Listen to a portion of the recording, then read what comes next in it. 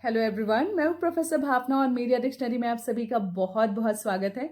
आज हम media dictionary में चर्चा करेंगे हमारे टर्म नंबर 76 की, और ये है पीटीसी यानी पीस टू कैमरा। तो पीस टू कैमरा का मतलब होता है जब कोई टेलीविजन पत्रकार किसी घटना स्थल पर मौजूद होता है और वहां पर कैमरे के माध्यम से सीधे अपने दर्शकों से जुड़ता है और उस घटना की जानकारी देता है, तो उससे ही बेसिकली पीस टू कैमरा या पीटीसी कहते हैं।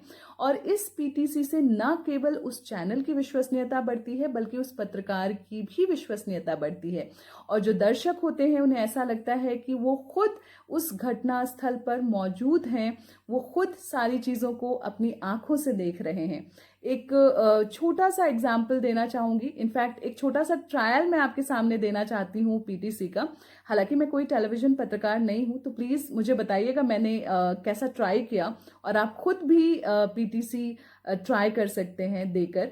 और जाहिर सी बात है, आप जितनी प्रैक्टिस करते हैं उतना धीरे धीरे आप अच्छा करने लग जाते हैं। और अगर मैं मीडिया की बात करूं तो मीडिया एक तरीके की परफॉर्मिंग इंडस्ट्री है। यहाँ पर आप जितना बेहतर परफॉर्म करेंगे, आपकी जो स्किल्स हैं उतनी ज़्यादा शार्प होती चली जाएंगी। तो चलिए शुरू करते हैं। तो मैं एक छोटा सा पीटीसी ट्राई कर रही हूँ आपके सामने, ठीक है।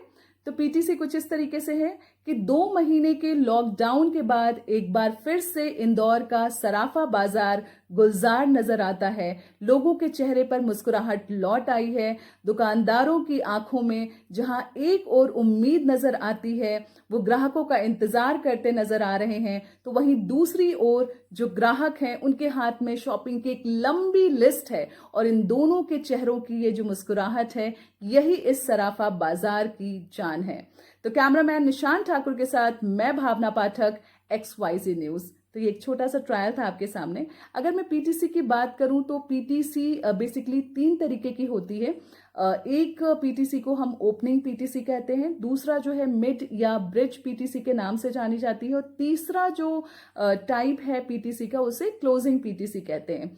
तो जो ओपनिंग पीटीसी है उसका इस्तेमाल यूजुअली बहुत कम होता है, और उस टाइम पर किया जाता है जब विजुअल्स टेलीविजन के पास नहीं होते हैं, क्योंकि अगर अचानक से कोई घटना घटी और तुरंत विजुअल्स नहीं आ पाते हैं, तो ऐसे में कोई रिपोर्टर जब उस घटना स्थल पर जाकर वहां से उस घटना की जानकारी देता है तो उसे ओपनिंग पीटीसी कहते हैं। और जो ब्रिज या मिड पीटीसी होती है वो एक तरीके से जो एक गैप होता है उस गैप को फिल करने के लिए किया जाता है। और जो थर्ड पीटीसी है उसे क्लोजिंग पीटीसी कहते हैं, और क्लोजिंग पीटीसी ही जनरली ज्यादा कॉमन है और अक्सर आपको देखने को मिलती है वही क्लोजिंग पीटीसी, जिसमें जो पत्रकार है, जो टेलीविजन रिपोर्टर है, वो अक्सर जो खबर है उस खबर के अंत में पीटीसी देता हुआ नजर आता है, और उसको आप उस खबर की पंच लाइन भी कह सकते हैं। तो कई जो एक्सपर्ट्स हैं उनका कहना है कि पीटीसी कभी भी लिख कर नहीं पढ़ी जानी चाहिए, क्योंकि अगर आप लिख कर बोलते हैं तो वो ऐसा लगता है कि आप पढ़ रहे हैं। तो इसलिए बेटर ये होगा कि भले आप 2 से 3 लाइन लिखें, लेकिन उसको अगर आप याद करके बोलते हैं तो वो ज़्यादा इफेक्टिव होती है। तो ये जो पंच लाइन है पीटीसी के जरिए जो आप दे रहे होते हैं, जो एक तरीके से किसी भी पत्रकार का क्लोजिंग रिमार्क होता है, वो बहुत ही प्रभावशाली और बहुत ही दमदार होना चाहिए। तो इसे कहते हैं पीटीसी। जल्द हाजिर होती हूँ एक और नए टर्म के साथ मीडिया डिक्शनरी में। और अगर आपको मीडिया डिक्शनरी के ये जो वीडियोस हैं इंफॉर्मेटिव लगते हैं तो इन्हें अपने दोस्तों के साथ भी शेयर कीजिए।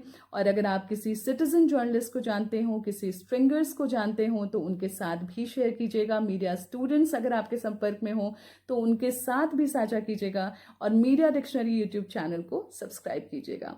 Thank you so much.